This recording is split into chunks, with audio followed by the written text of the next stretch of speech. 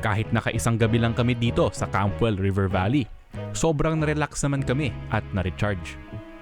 Tahimik at peaceful dito. Swak na swak kung gusto mo talaga makapagpahinga. Pero nakatulong din kasi ang sarap ng biyahe ko papunta rito. Sakay ng bagong Triumph Tiger 1200 GT Explorer. At yan ngayon ang i-review natin sa bagong edisyon ng Ride PH Garage. Noong Season 5 ng Ride PH, nireview natin yung Tiger 900. Pero ngayong taon, binilik ng Triumph ang kanilang Tiger 1200 model line. So, 4 na variants ang nilabas sila.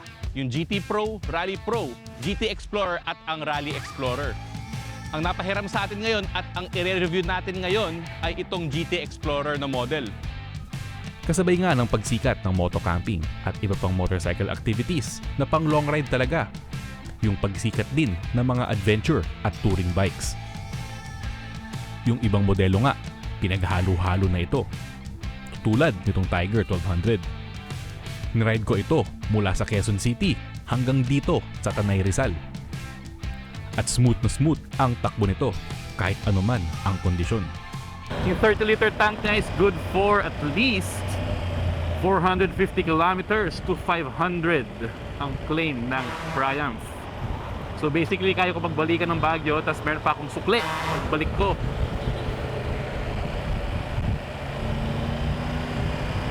Power-wise, sobrang preppy ng engine na to. Even kapag naka-road mode ako.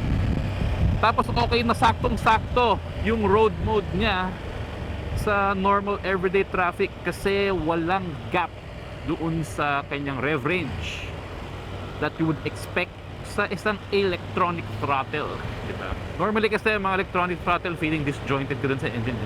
Ito maganda. Yung power napaka-impressive ha. Ang gaang pakiramdam ng bike. As in hindi siya, parang hindi siya 1200cc. Pero yung power nandun, nabigay talaga. Meron itong virtually 5 riding modes na available sa kanyang rider. Rain, road, sport, off-road at isang customizable na riding mode para sa owner. At syempre, malakas na makina. Mabigat na motorsiklo. Kailangan din ng malakas na preno. Gumagamit ito ng twin disc na rotors sa harap na nakapares sa top shelf Brembo Style 5 na monoblock calipers. At syempre, gumagamit ito ng single disc na Brembo caliper din sa likod. Switchable ang kanyang ABS.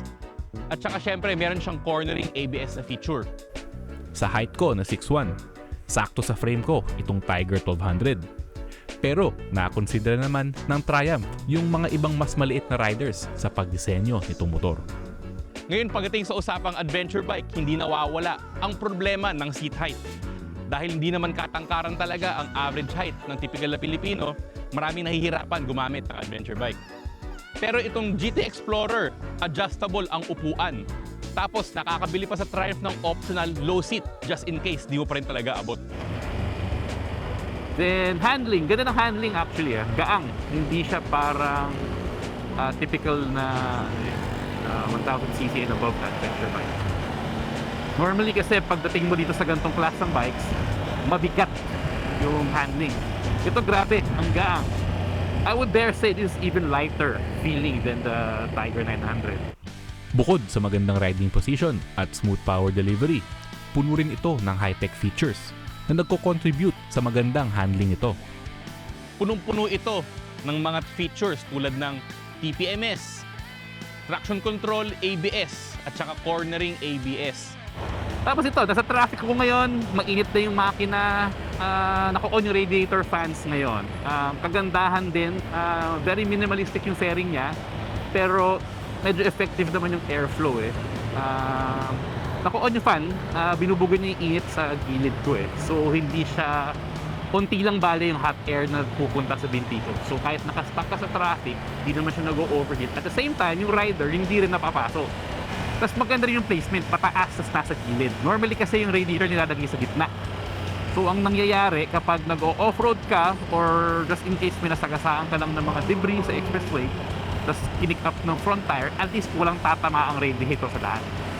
Pagkatapos sa kalsada, may kaunting off-road kaming dinaanan papunta tsaka palabas ng Campwell. Pero kahit hindi talaga ito specialized na adventure bike, kinaya naman ito ng Tiger 1200. Ngayon pagdating sa mga mechanical features, gumagamit ito ng shaft drive na kakaiba at bihira ginagamit ng mga motorcycle manufacturers. Pero syempre, may mga merits ito tulad ng virtually maintenance-free ito at kahit pangit ang daan, hindi ito sumisira ng kadena. Pagdating naman sa suspension, gumagamit ito ng Showa manufactured na semi-active suspension. So, madali i-adjust yung preload at saka damping nito na dito lang sa controls ng bike.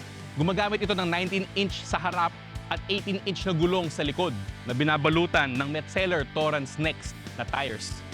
So itong mga gulong na ito ay 90% road, 10% off-road at talagang touring-oriented talaga siya. Sakto lang naman kasi yung GT Explorer is meant as a long-distance touring variant. Kung mag-off-road ka naman, mas bagay talaga gumamit ng Rally or yung Rally Pro na variant itong Tiger 1200. Hindi rin nagtipid ang Triumph pagdating sa safety features ng motor na to. Gumagamit ito ng keyless entry. So basta't naka-on lang yung transponder at iwan mo lang sa bulsa mo, isang push of a button lang para ma-on mo yung bike. In summary, masasabi kong swak na pang motocamping ang Tiger 1200 GT Explorer. Komportable itong pang long ride dahil sa adjustable suspension, riding modes at sangkatutak na riding aids. At kaya rin ito ng light off-road kung kailangan at hindi basta-bastang bibigay sa light trails. Yun nga lang, dahil sa dami ng features ito, magbabayad ka talaga ng malaki para sa Tiger 1200 GT Explorer. Pero kung kailangan mo ng all-around na motorsiklo na pwede mong isabak sa halos lahat ng kondisyon at may budget ka naman, isama mo na to sa listahan mo.